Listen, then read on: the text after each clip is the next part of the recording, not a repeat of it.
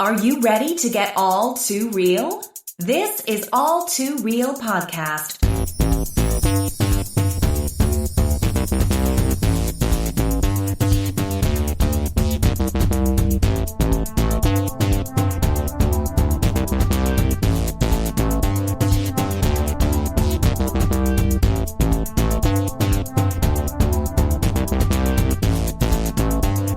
This is All Too Real Podcast.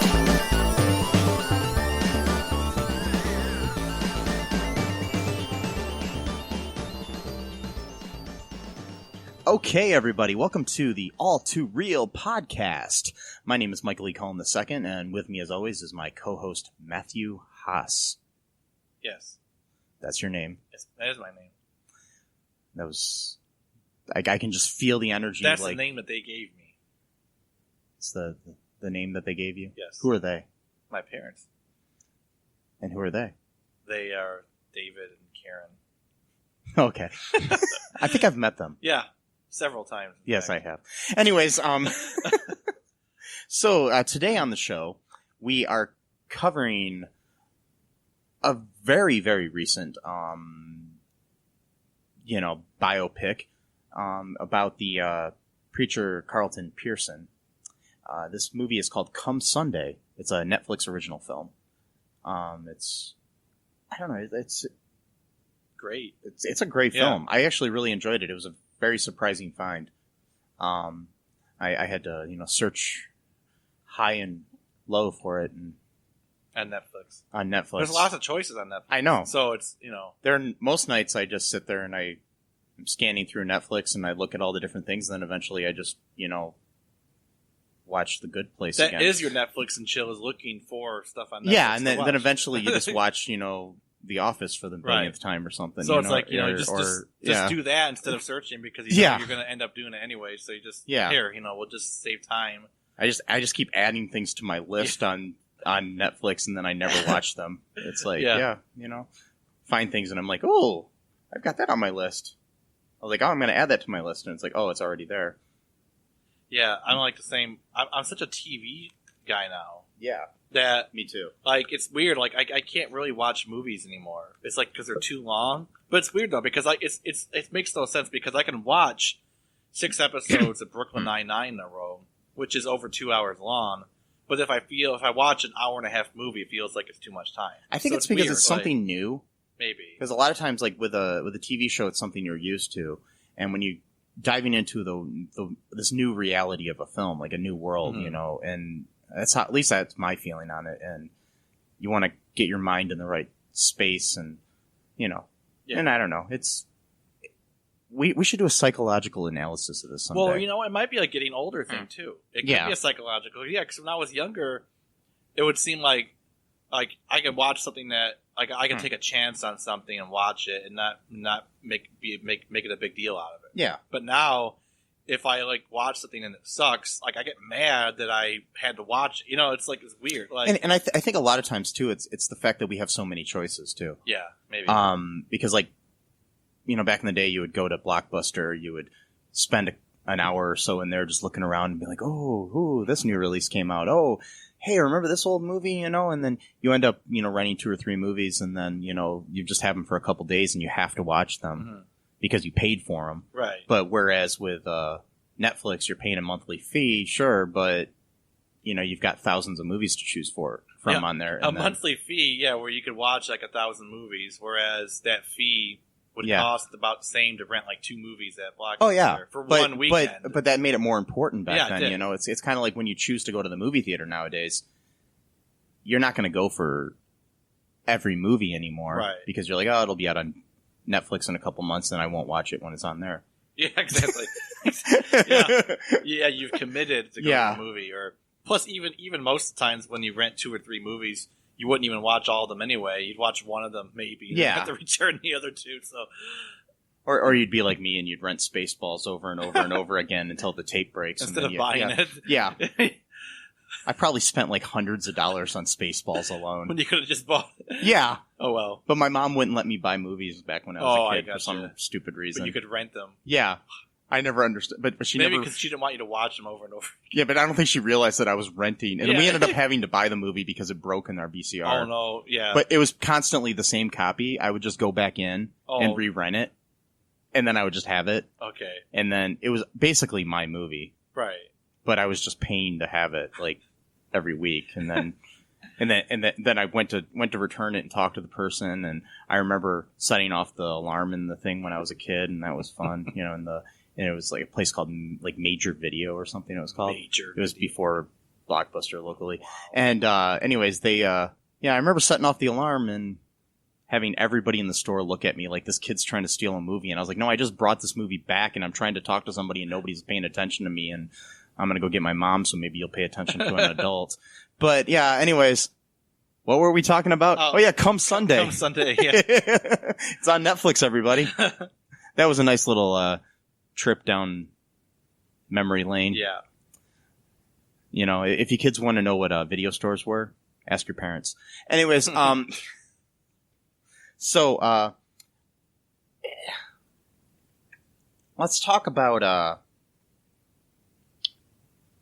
first thing we want to talk about are the two things that we liked about the movie. What were the two things that you liked about the movie, Matt? I really liked the kind of dramatic music that is common in these kind of new type of films. I liked the cinematography. My two favorite scenes, Yes. where when one of them is when Henry, he's kind of like a management type, even though he co-founded I'm not sure exactly what his role was, but he was kind of like a co-founder / finance, not financer, but like it seems like he was like the maybe it had something to do with the finance, but he was like the co-founder, like maybe the co-bishop of the church, something like that. Yeah, they never really got into what exactly. Yeah, but basically they were like kind of like best friends, basically, and this is kind of like later in the movie, but after Bishop Pearson delivers a sermon that kind of upsets a lot of people, and then he's told, come Sunday, that's where the titular line is, next Sunday you better, clean up your mess, basically. Mm-hmm. But then he basically just digs in and goes further than he did the first time. And Henry was played brilliantly by Jason Segel. Really. I mean, honestly, you should see this. I mean, if you're a fan of Jason Segel's at all, and he's typically known for comedy, but it's a really good dramatic performance in this movie. I mean, there's another movie you should really see if you ever, which we're going to cover in the future on the show. I've declared now. It's called the End of the Tour, which is he's brilliant in. It's just check that one out too. But yeah, anyways. Well, yeah. So after the second sermon, he upsets even more people this time, and then Jason Segel and like a couple other guys, maybe they were also like co-founders, or maybe they were like the money behind it or something. I don't know. And then they came in, to his house to, tell him that they're quitting the church, they're leaving, they're gonna found their, own church now, and he's trying to, dissuade him, like saying, hey, we're still brothers and everything, and then they kind of they go back and forth. Henry's he's like he's really conflicted. He's trying, like he doesn't really know what decision he's gonna make. I mean the main crux of the film, for those that didn't watch it, but I highly recommend you watch it before you're listening to this. I mean, you can listen to our little spiel about Blockbuster before this and Netflix, but then turn it off and watch the movie. But I mean, the basic premise is that this. I mean, and true story is that Carlton Pearson decided to declare that hell didn't exist in a way that everybody's saved, right? Which is very much against the beliefs of most Christian churches. So yeah, it's kind of controversial, and he was called a heretic and everything like that. So yeah, it's kind of sad. It was a very sad story. Yeah. Well, sad in but then it got better. But uplifting, yeah. But basically, so they're kind of going back and forth like this, and Henry he's really conflicted, and he's like almost on the verge of tears, and then eventually he says something like,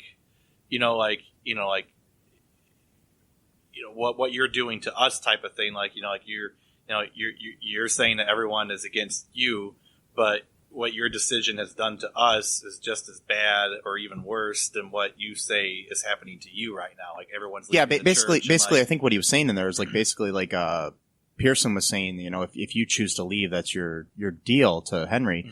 But Henry was basically saying that no, you're the one that chose to leave. right. Yeah, You left us, Yeah. type of thing. Like this is what, you know. And it was, you know, it was kind of crude in a way because a lot of it was talking about practical matters like money, how to maintain, you know, the big church, big structure. I mean, like, you know, how to pay for such a large, you know, building and, you know, practical matters too. Like how are you going to pay your musicians? You know, if you're losing your congregation and your tithings, you're basically not going to be able to afford anything. Right. So Henry is kind of like, he's thinking about all of these material matters and a lot throughout the movie, Carlton kind of, I think personally in a way, doesn't really appreciate the fact that he can't just preach. Like there is an actual physical structure involved in these things that like these buildings don't just materialize through Jesus. Like they are built by real, actual human beings, and that comes from money. People have to pay for these things, and throughout the movie. I mean, until the end, but throughout, Carlton's kind of not really paying attention to that aspect. I mean, if you look at it from like a money standpoint, it'd be like if you walked into McDonald's and all of a sudden they're no longer serving hamburgers. Right. You know, it's like that's kind of what, yeah. It's kind of an equivalent of what this is going on. You know, it's like, it's like the guy, you know, it'd be like Ray Crocker in the early days of McDonald's being like, yeah, we're no longer going to serve meat.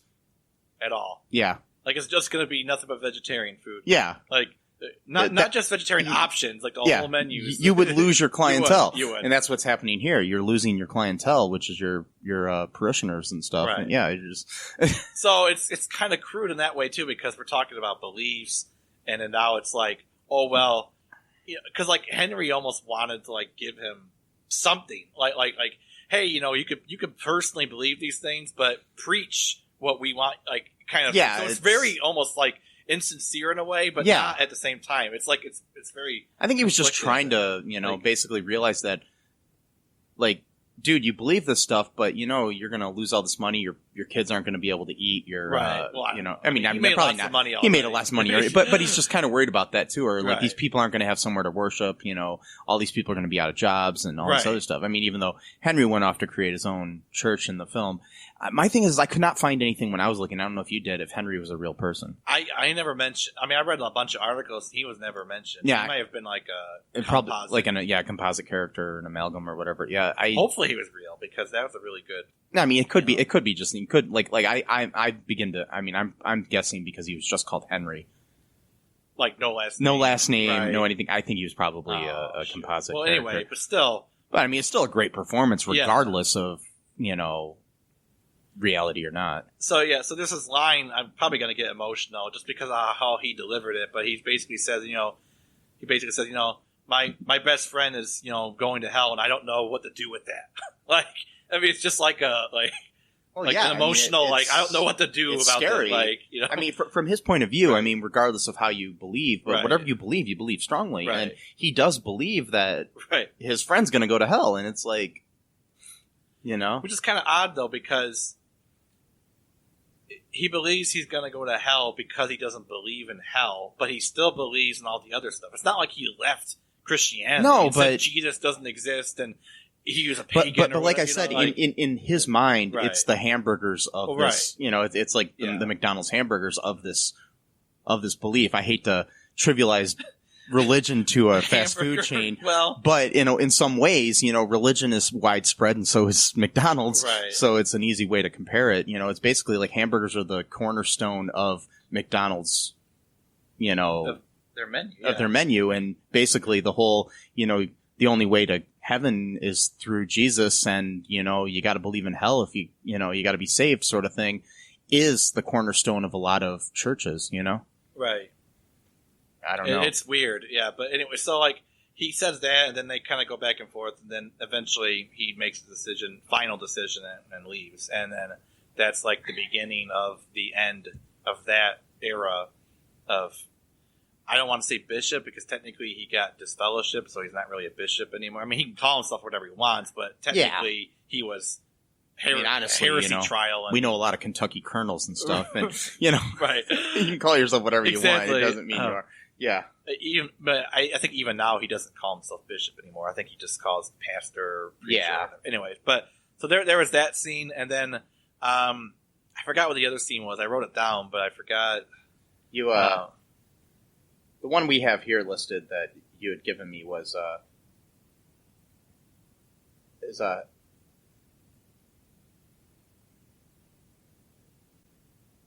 yeah, it was something about the sermons and stuff is what you had listed here. Okay, yeah, now I remember. So basically, he just came. Almost seemingly overnight, he came to this new belief. I mean, it happened within a really, really short period of time, and he.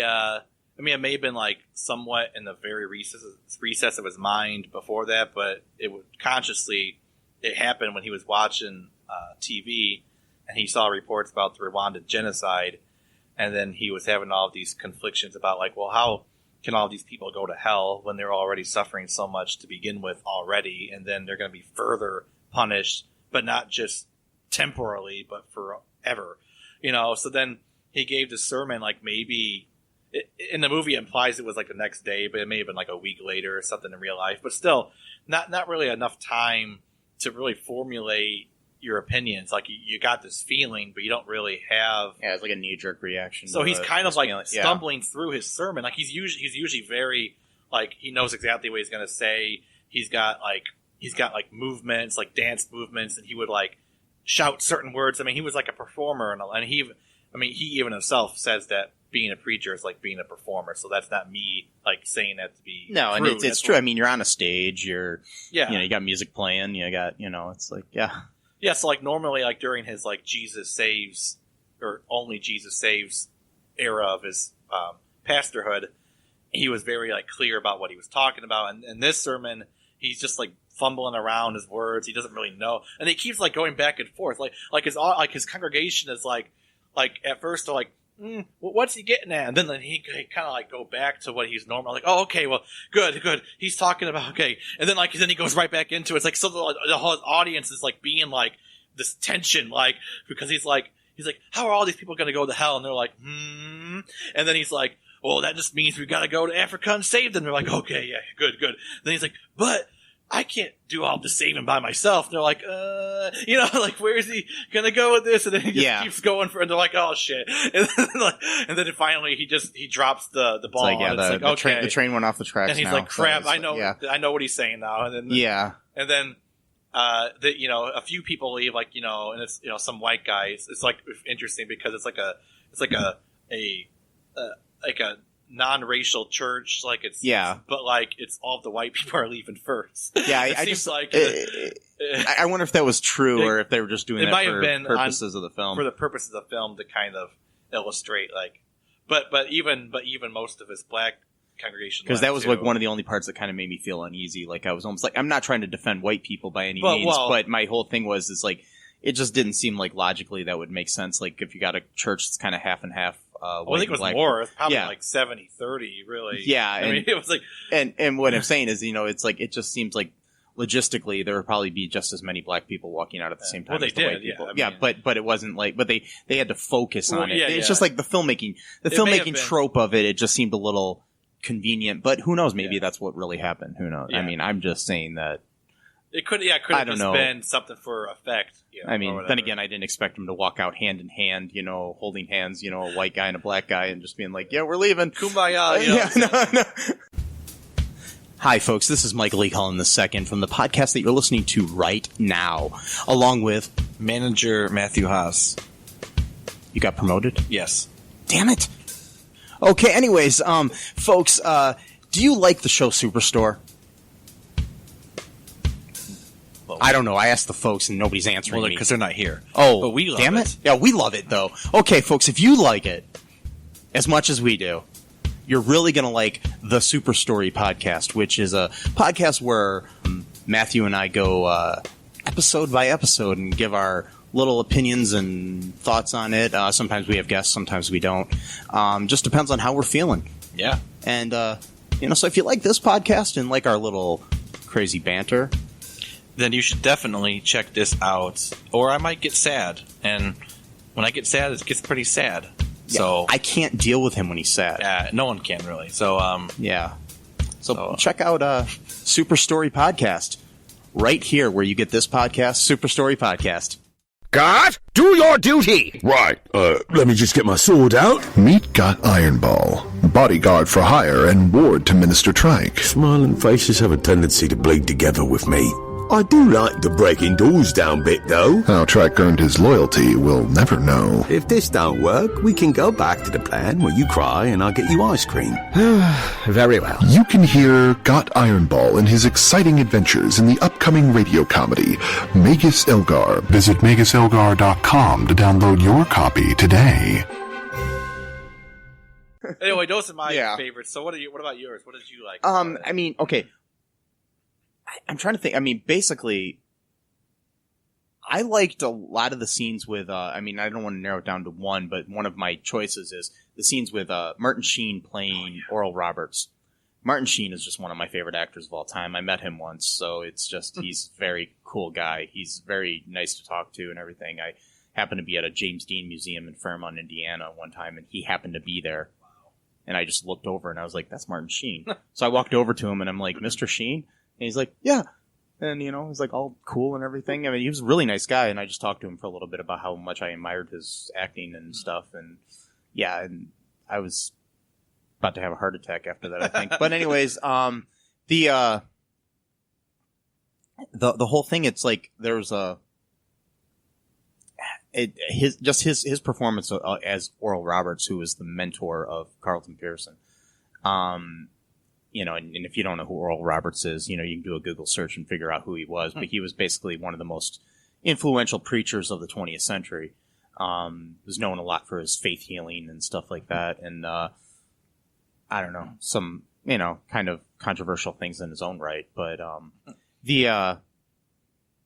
but he basically turned his back, and he was kind of almost like a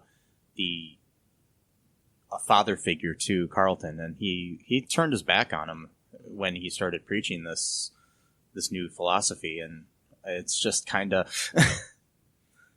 scary that, you know, you would have your father figure turn your back on you. And there's the performance between them is just very, I don't know. There's several scenes in the movie, and I don't want to just pick one. So it's just anytime Martin Sheen's on screen, I'm just giddy. I was a big West Wing fan too, so that's probably why. But anyways, you know, can't we have a president like him? Anyways, maybe. Okay, side note. Anyways, the other one is, okay, there's a scene towards the end of the movie where his organ player, who was named Reggie, played by Lakeith Stanfield, he kind of leaves, and then he leaves Carlton's, you know, beliefs and everything, and there's a scene where he goes to visit him in his house, and he kind of had left the church in general, it seemed like, and he was just kind of like messed up in his bedroom and stuff like that, and he admits to Carlton that he's gay and that he's going to go to hell, which, you know, Carlton doesn't believe in hell anymore, really, like that nature. So it's just it's one of these scenes that it's just like he grabs him by the face and tells him that he loves him and stuff, and it's just so. If you can watch that scene and not cry, you have no heart. No, you don't. It's beautiful. And I mean, there's a lot of stuff that happened in reality with Carlton when it comes around the gay community and everything, because he himself was struggling with the idea of homosexuality being, you know, if it's accepted or not, and things like that. But in the movie, they also show him go to a church that's run by a lesbian preacher, and starts preaching there. And he realizes that, you know, and I saw like in an interview with him where he was saying something about how, you know, the whole being rejected and understanding like that. He says that, you know, gays understand that better than anybody, you know, in a way. I'm paraphrasing what he said, but he's just that's his words in a way, you know, and it's just basically, it makes sense, you know, because they do. I mean, they've been rejected, especially by the church in a lot of ways, you know, and it's sad, because I'm getting kind of personal here and political. I mean, but my thing is, it's like, I don't think it's my place to judge, you know, no matter what you would believe in, spiritually when it comes to that, you don't have a right to judge that person based on their sexuality. And my thing is I think God would want you to love everybody equally. Right. That's my feeling, you know, regardless of their race or their sexual orientation or whatever, you know. It's just sad how some people can just cut people out of their lives or other things just because of who they choose to love. Right. And I don't care if this turns fans away here or anything, but, you know, I'm all for people being married that are gay. I don't really care, you know, or whatever sexual orientation you are. I have friends of every walk. I have trans friends. I have gay friends. I think it's sad that people in society are outcast based on the color of their skin or the person they choose to love or whatever like that. That's not my place to step in and say, oh, you know, because you're not conforming to the social quote unquote norms of society. It's 2018, people. Right. Let it go. Right. To quote Elsa. Anyways, plus too, they contradict Yeah. themselves too, because they say, you know, love their sin or hate the sin. Yeah. Well, there's lots of sins, but it seems like that's the only one They where they focus kick people so out. much Like, on for it, example, and- how many drunkards do they kick out of their lives? Probably none. You No, know what and So I mean, it's- how many people that wear clothing made of two different right, fabrics, exactly. That's the including whole themselves, because almost every freaking piece of clothing is made from two different fabrics. right But nowadays. So, yeah, I mean, yeah. So there's so many. but that's in the Bible. right. But somehow that's not important. Yeah, so it's weird. Conveniently, they choose which sins are, and I'm not saying it's a sin, but I'm No. saying from their point of view, they're all sins. So how they decide which ones are elevated to more severe, even though ironically the Yeah. Bible actually mentions some of these other sins. Again, I'm not saying, but they mention these other sins more. than Yeah. homosexuality. Like for example, drinking to excess is mentioned many more times. Oh yeah. than homosexuality, but yet that's not as bad. So it's weird. If you're going to be really a biblical literalist, you would then rate. You would go, well, how many times is this sin mentioned in the Bible? And you would rate it based on how many times it's mentioned. And Yeah. it's the severity. But it seems like the one that's mentioned the least amount of times is the worst, but the ones that are mentioned more times are less. It's very interesting. And I think a lot of it's misinterpreted Well, yeah, anyways it to is, begin yeah. with. So it's just so lame. But So I'm not trying to get all theological. no, on but I number just one, hate the bigotry when it comes to things like that. But I don't want to get too into that because Yeah.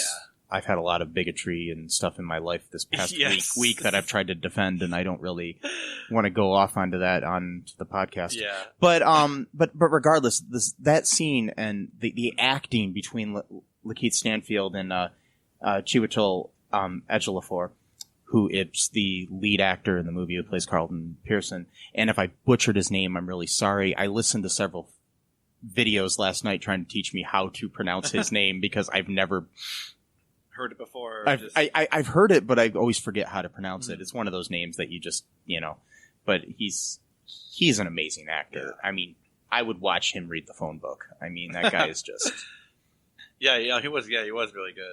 yeah. And he was perfect too. Like if you see the real Carlton Pearson, he really captured his essence. And for a British guy to play an Southern American so well, I mean, it's really cool. And I mean, of course, he was in 12 Years a Slave and other movies. Okay. He's just a brilliant actor. He's,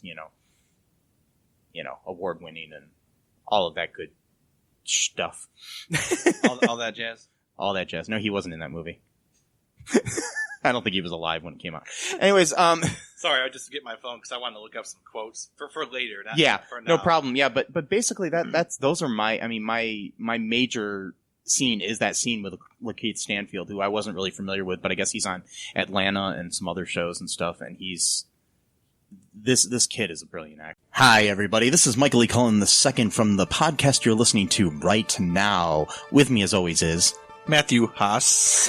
yeah, and we're here to tell you about our really cool other podcast called All Too Real 2. And what do we do on that show, Matt?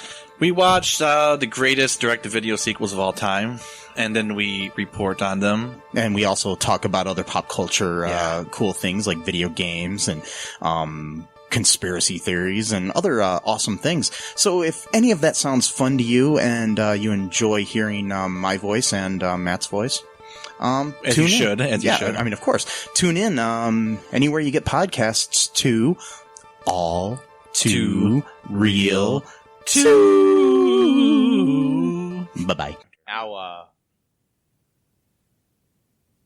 wanted to cover two things that are fake in the movie next. Okay.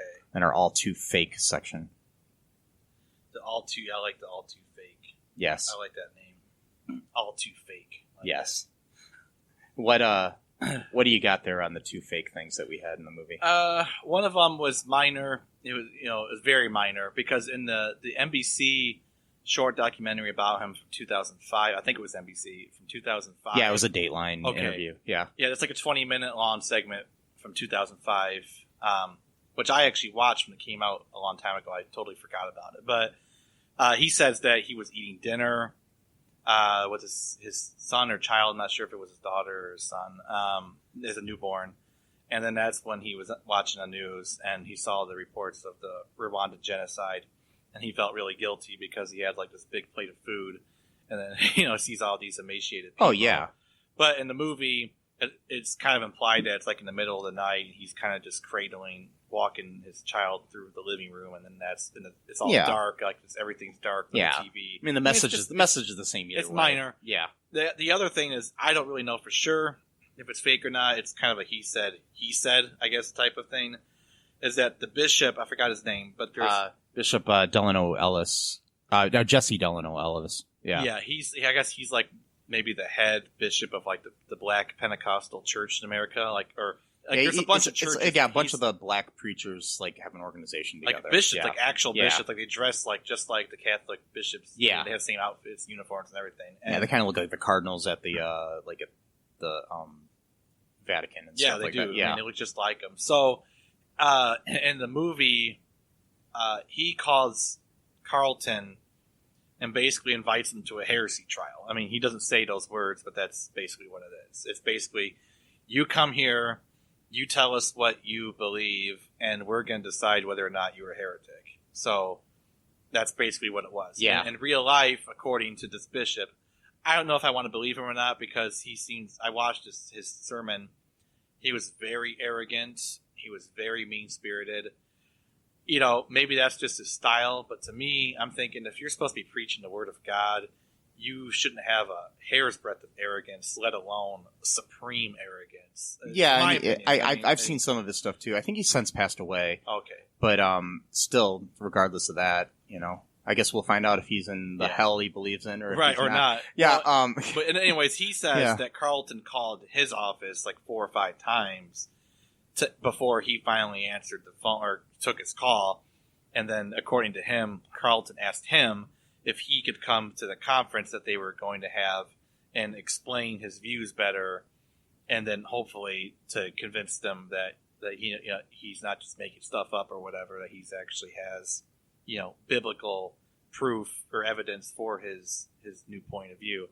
And so he says, well, I told him that you have to come on your own dime, that you have to use your own money, like implying that he was asking for him to pay for it, which I don't believe, but whatever.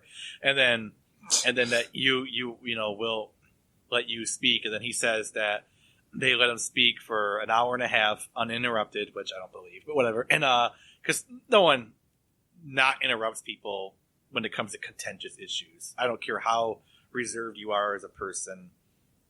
You could find the most reserved, like, Buddhist master ever, and if you said enough things that agitated him, something's going to come out at some point in time. It's not going to be, well, whatever. Anyway, so he claims that, or claimed, because he may have passed away since April, I don't know, but whatever. So he claimed that they let him speak for 90 minutes uninterrupted, let him go through his whole spiel or whatever about his new universalist.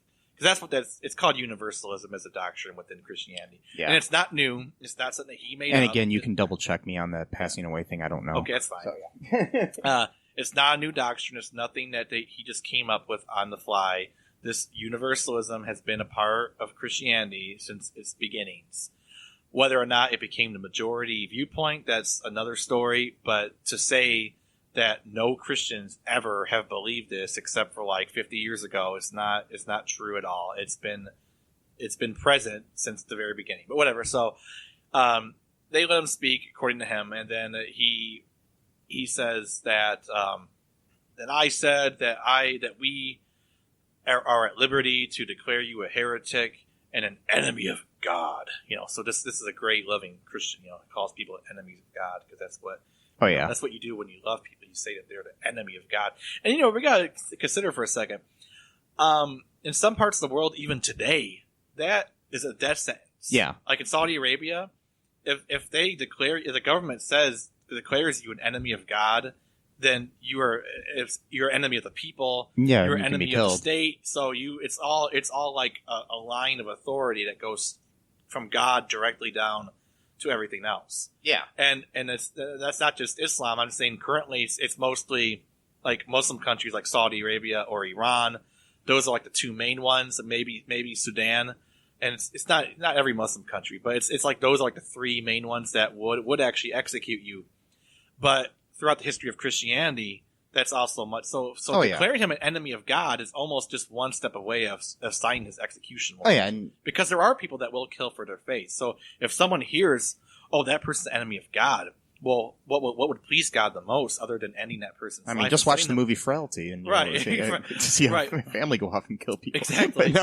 So by him calling him an enemy of God is almost like telling someone to go kill him. I mean, it's not, but it's almost like he's hoping in a way for someone to finish the job. Almost like I'm not going to say anything that's going to incriminate myself, but I'm going to say all these other things that will influence someone else. You can incite violence onto him and stuff. Yeah, and basically. He could say, "Oh, no, I didn't mean that," but whatever. He probably did. But okay, that's my opinion. He meant it. But yeah. I don't care. Hey, if he can read other people's minds and say that, "Oh, I've looked into your heart. This is what you believe," then I'm going to do the same thing to him. Okay, well, you in your heart, you meant this. How does it feel? How does it feel, Bishop? But whatever. I'm sure he's listening to this podcast right now. I hope so. Whether he's alive or not, he's still listening to this He's still listening, whether he's in hell or heaven or whatever. Or on Earth. And plus, he can walk circles around me about biblical literature or quote text to me. Yeah. That's fine. But memorizing text doesn't automatically mean that you're right. That means you're an actor. It just means you're good at memorizing. You can have an opinion without having as many texts to back it up and still be right or wrong, depends on whatever. But anyway, so I'm kind of getting ahead of myself here, but that's basically it could be all too fake. It really depends on between the two of them. Who knows how it happened, but it could have been either way. All too fake? And I think I wrote one. No, I think all too fake. But I think I did write a third one that actually was a fake. I don't remember what I wrote, but I think it was. I know it was the story time with the cradling his child and while watching TV. Yeah, all I've got listed here is that in the Bishop thing. Okay, so it may have been. Okay, so it's all too fake. And then I think the thing is it's all too questionable. There we go. Yeah, we should have a category for all too questionable. Where you're not really sure if it's fake or not. That's the case if you can't find all too maybe all too maybe. Yeah. No, yeah. Anyways, so the next thing we're gonna cover here is all too reality. Ooh, back to life. Back to. Anyways, the back to life. So what we got here? I mean, I'm gonna read what you had written here, Matt. Pretty much, most of the movie is accurate. Yeah. His congregation went down from 5,000 to 200 in just a few months. Yeah. That's a huge drop. Yeah. Yeah. And I would say so. Yeah.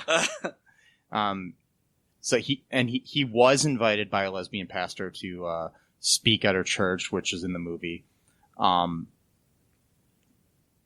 which inspired him to take his universalist doctrine further. And I mean, it did give him the whole thing where he basically started to accept gays into his own congregation and things that that he hadn't done before, because he was pretty much towing the line when it came to the idea of homosexuality. Yeah, it was a progression. It wasn't like all overnight. Yeah, no, because he said, like, there was that one scene where Reggie is like, "Well, I started seeing someone now that now I don't have to worry about going to hell." And then he like rebuked him. He's like, "Oh well, I'm not saying you can just do whatever you want just because there's no hell. Oh, like, yeah. That's not what we're saying." It's like, in a way, you kind of are. Yeah, you are. I mean, he was kind of conflicted though because he didn't want to. Because that's. I mean, it is a conflicting nature because it's not. I mean, and I don't think his message ever was totally like, "Hey, well, if I'm gonna go to heaven, I'm gonna go and kill my neighbor." I'm gonna go in style. Yeah, no, it's just Exactly, yeah. I don't think that's what his message was. No, it never was. That's what his accusers though said. Yeah. So I think he was like worried that Reggie. So they would go, "Oh well, you already have a person in your band that's following in your so." I think he was worried about trying to debate in his mind what his accusers would say to him. Like, like I mean, like, and it's a very it's a touchy subject. I mean, it's kind of hard to say, because like people can take it that way, because a lot of people, most people in their mind, there's an all or nothing attitude about everything. So it's like, which there's no gray area in anything, and we got to kind of start to realize that most things are in the gray area and not in the black or the white. And they are. All of things. And I'm not being racist when I say the black or the white. No. No. I know what you mean. Yeah. You mean? I mean, I only support gray people. Wait. Just joking. But the other thing, I mean, basically, I think we just covered most of it. I mean, it's basically the whole idea that, he did change his views and everything. And I mean, pretty much the movie is pretty accurate. It's one of the most accurate we've had since probably Shattered Glass. Yeah, that one. And I think, the Founder was mainly accurate. We haven't covered that yet. We haven't? No. Oh, I thought we watched it. Never mind. Yeah, we were going to cover it. We will cover it sometime. We watched it. Yeah. Yeah, I mean, it's a lot more accurate than something like The Social Network or or even Futile and Stupid Gesture or something. It's a really pretty by the books accurate film. It's which is good. I mean, some people complained in the reviews that I've read about it where they're talked about how it's kind of boring at times, but I mean there's little slow parts here and there, but I kind of like slow parts. It's like it's like on Brooklyn Nine-Nine. There's an episode where Amy says something about we can watch this Nicholas Nickleby thing. There's to Captain Holt about there's lots of slow stretches, and he's like, I do love slow stretches. And I mean the thing is I do I mean the thing is I think a movie like Life needs to play out in the feeling that it has. You can't, not everything can be a Michael Bay film. And right. And this, it's the perfect Netflix film. It's not something that I think you want to go off and pay big money into the theaters to see, Yeah. I mean, maybe it could have done well in the theaters, but we don't know. But we don't know. It's because he's not that. I mean, he's popular, but he's not that huge of a pastor anymore. Yeah, and even the cast. I mean, Jason Segel and Danny Glover was Danny Glover was in it, and Martin Sheen, and then Chiwetel Ejiofor. Even though he's won and was nominated for many awards, he's not necessarily a household name, and it's not just because I can't pronounce it too well. It's just it's because he's been in a few really good films, but he's not Will Smith or Tom Cruise or something. Right. Not yet at least. Yeah, maybe and hopefully he will be because he's an amazing actor. But so the last thing we have is the all two questions portion, and you had a question to ask me. Oh, I did, didn't I? I think I had. It was something about. Let me get a gander at that. Okay, I said if you were, and this is kind of a hard thing because you don't know what you would do.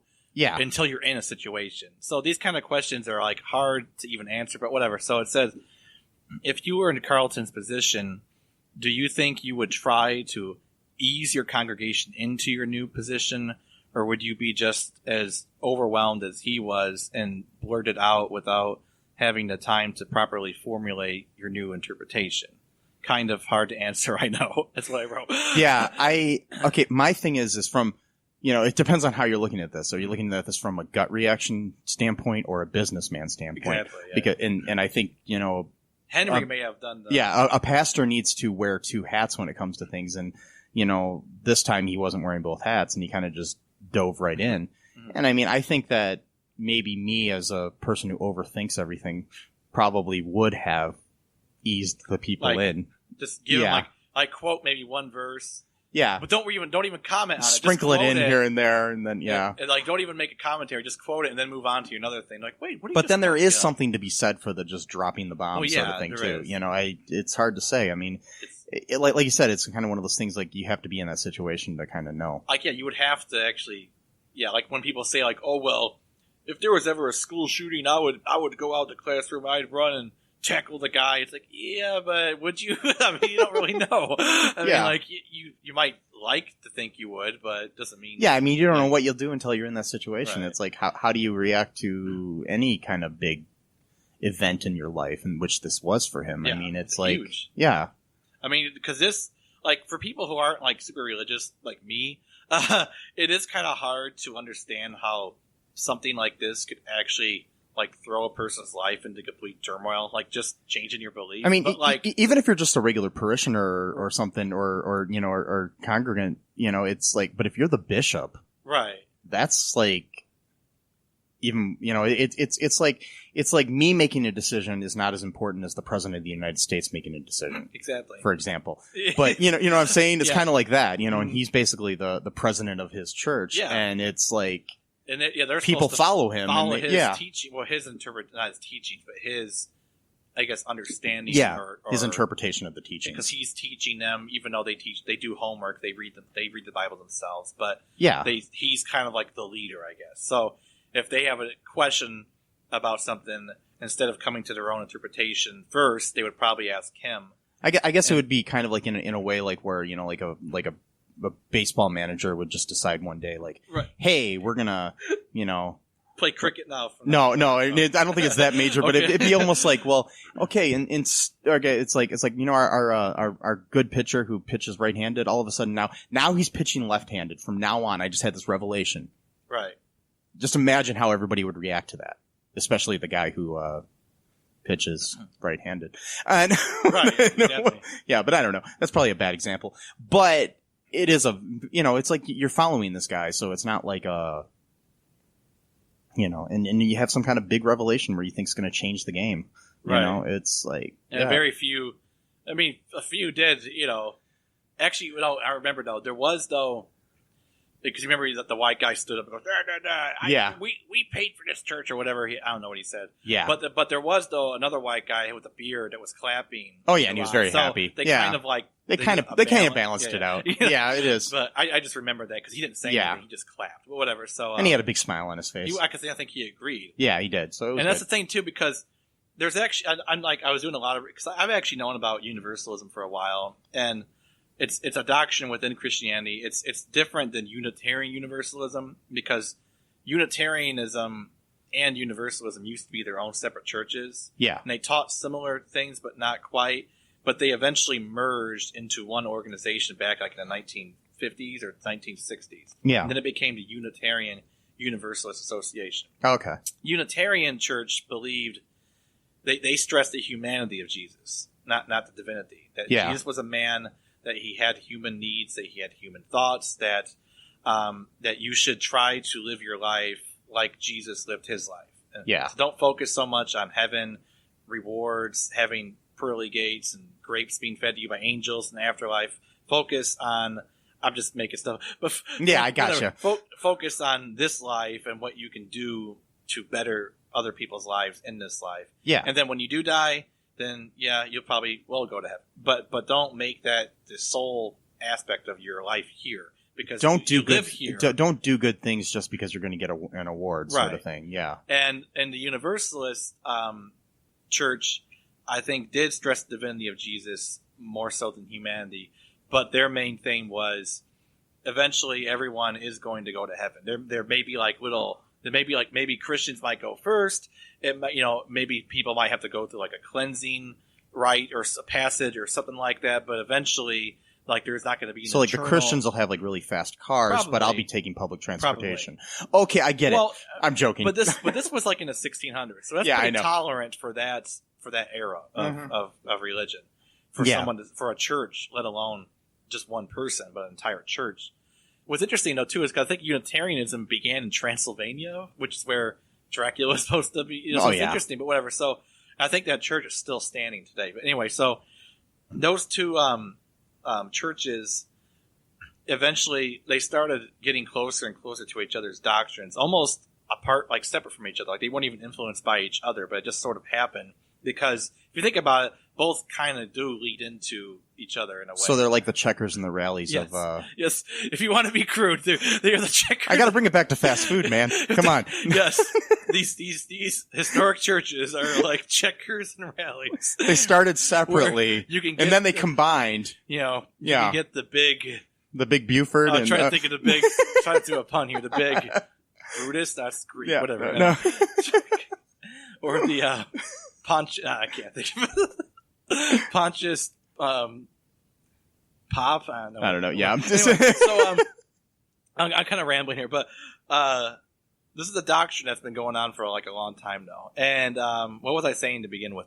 But that this church is that what I started off saying, that this was a old church? Yeah. Okay, I totally forgot where my story. Yeah. Anyway, so he started reading some of these verses and some of the verses that he did read could be interpreted either way, but then there are other ones that do seem so straightforward that you would have to interpret your way out of the main meaning, basically intentionally. Like one of them was from, I think he read this in the movie actually, was from 1 Timothy 4, chapter 4 verse 10, where it says, and this is from the ESV translation, which I'm not sure what that stands for, but whatever. So it says, for to this end we toil and strive, because we have our hope set on the living God, who is the Savior of all people, especially of those who believe.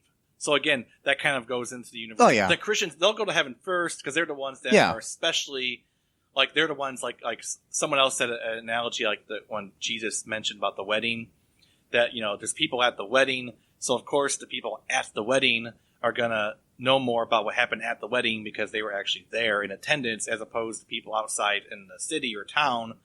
But the fact that they weren't there doesn't mean that the wedding didn't take place, or that they're not going to somehow have like ripple effects of that wedding type of thing. Yeah. So the people who are there at attendance obviously are going to have like the first-hand account sort of thing. Yeah. So that kind of goes into that. So that's kind of hard to refute that verse to mean anything other than what it sounds like it's saying, because if it's saying the Savior of all people, especially of those who believe, it is implying that those who believe are going to get like the first run of heaven or whatever, but then others are going to follow in suit. Some might take longer than others, like for example, like maybe your Hitlers or Stalins, they might be on the lowest on the list. It might take them a long time to climb up there, but But it's almost like you can, like, is it kind of like the idea of where, like, after you die, you can still progress and grow as a human, or as a soul? See, I'm not sure if they, because I was just wondering, because like I know that some beliefs believe that, like, where like after you die,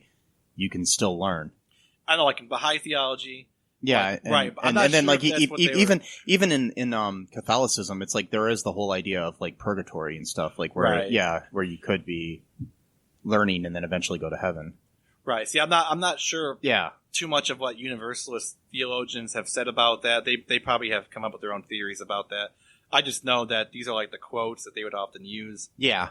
And again, there are some quotes that could be interpreted, either way. So you could just sort of choose, I guess, which one you would want to believe, type of thing. Like for example, 1 Timothy chapter 2 verse 4 says, I think it's talking about God, says, who desires all people to be saved and to come to the knowledge of the truth. So of course they could say, well, yeah, he wants all people to be saved. It doesn't mean that they all will. So that doesn't mean that they automatically are. That could be interpreted either way. Yeah. But I think that's one of the ones that they would use. But again, I know I'm kind of going on this own thing. Oh, that's okay. My own kind of like thing. But like, I guess my thing is like we were talking about earlier about people on your Facebook, like, people want to win arguments more so than they want to actually come to any kind of truth finding. Oh, It's about what they can gratify. So my thing is, I've followed this debate a little bit. So what happens is, oftentimes, is when the universalist in any religion, not just Christianity, but anyone who has these kind of beliefs that not just the chosen few are going to go to heaven and everyone else is going to burn for eternity, that what happens is, if they're really good at arguing and debating, eventually their opponent will have to concede a little bit.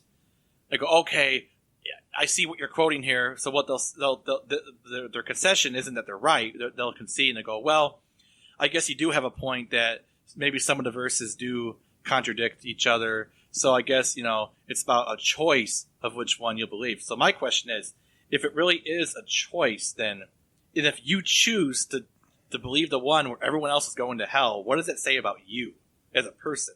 That if it does come down to, well, there's different verses, some of them contradict each other, which ones are you going to choose? Why would you then choose to believe the ones that say that everyone else is going to be tortured by God, by a loving God? It's a superiority complex thing. You can't say that you're loving people then if you believe that.